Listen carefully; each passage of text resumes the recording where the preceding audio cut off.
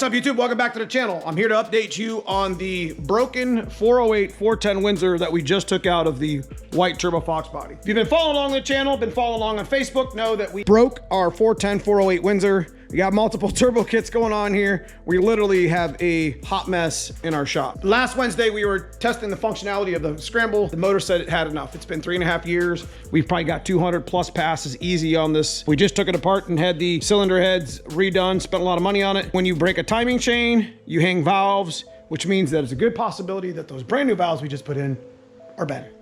So what now? We got T-minus like 4 days before NMRA, Bowling Green. So we decided to bust out the old turbo kit. It's not pretty, folks. We're kind of in a time crunch. This engine's supposed to be for the coupe anyways. This is the engine that was in a black car, and you know we're going to the 387 stroker. We just kind of ramped up the production on the engine with the 387 and ramped up production on the 363, get it down in the white car, as I've always been curious since I got everything set up. But when I talk about motivation on the channel, when I talk about staying motivated and getting your shit off the jack stands, this is what I'm talking about. It's been nothing but extra time. You start work after work. And me and cousin Fred and cousin Paul, and big shout to my buddy Dave Dalk and Kevin Cragen at TI Dyno. I wouldn't be where I'm at right now if I didn't have their help. A lot of work went into getting it to this point that I didn't show you on video, and I do apologize. But when you're trying to get your shit off the jack stand, ain't got no time to be videoing or editing. And I apologize about that, but you guys will get a chance to catch the first fire and see if anything leaks and blows up on me. Catch what we can. Go ahead. Hit it, hit it.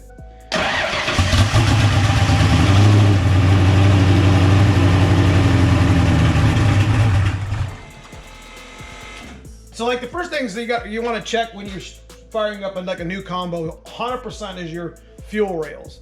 Like right now I'm checking all my fittings and all my injectors to make sure they're firing.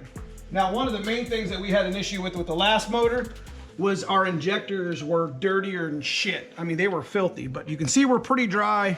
We had a little bit of stuff in the front here, and I don't know where it came from, but I think that's when we first took the fuel off that rail or whatever. So cousin Fred's gonna go ahead and fire it again. Go ahead.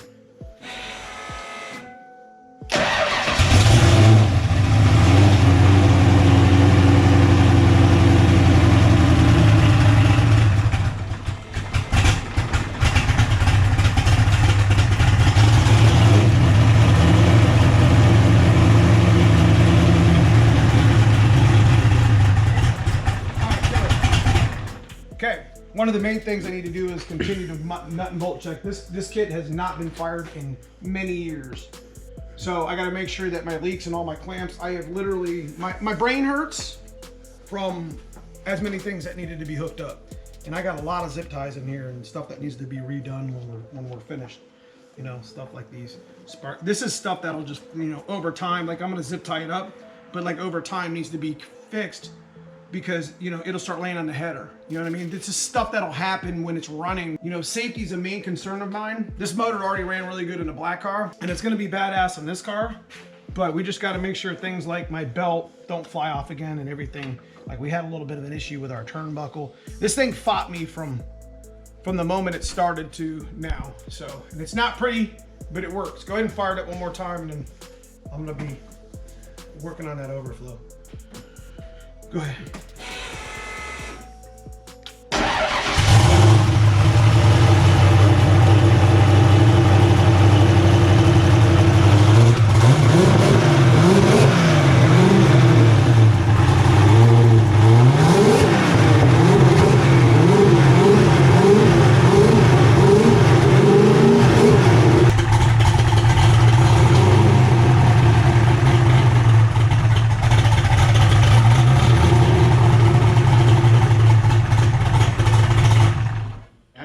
If you can't understand the excitement that we have right now, I've literally, and we're not out of the woods by far. We got a leak on the pan. It's ridiculous. You know, these aftermarket pans over time, you know, right at the welds, they crack. So this is the original combo that was in the white car years ago when Ken Cooper at Big Dog Fab in Stowe, Ohio built the actual kit for us.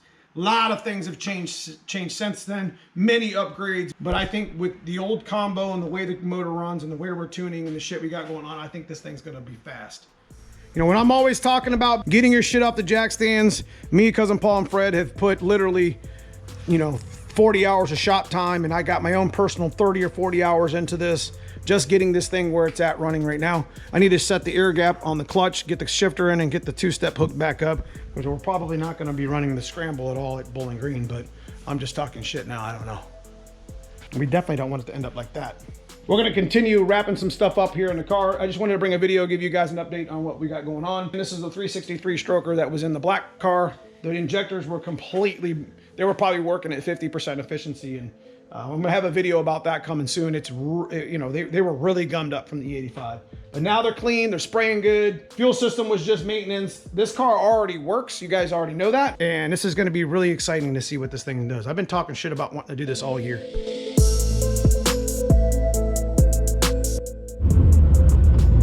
Well, I don't expect it to run really good right now because we don't have the right tune on it, but we're gonna go get it hot.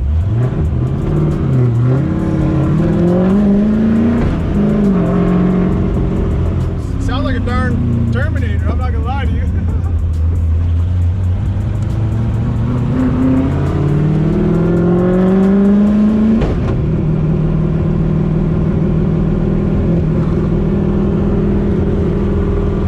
I'm just excited to be in a position that I could actually be competing possibly this weekend at NMRA. And like I said, this is what I'm talking about on the channel. You know, getting off the jack stand and getting your shit done, you know.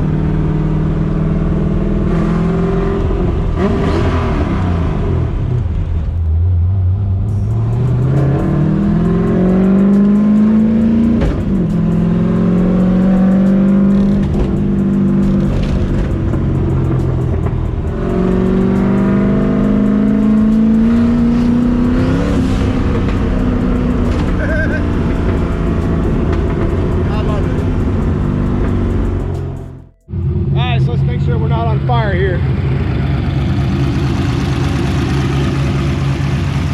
I think it seriously sounds like a Terminator. Like if you hear it going down the road. Did it? Sounded pretty good? Oh yeah. Definitely sounds a lot different than the 410 Windsor just did.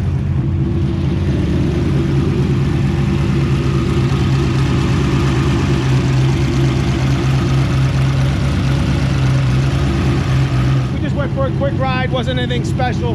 I don't really want to put a load on it too much.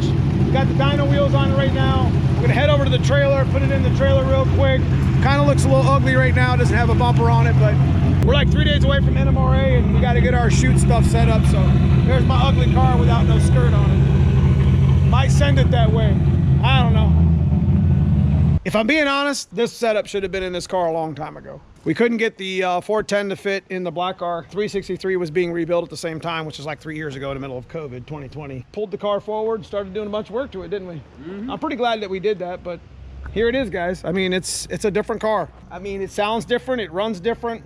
We're about to take it over to the dyno and see if anything changed. But if you guys enjoy this sort of content, leave me a comment below, leave me a thumbs up.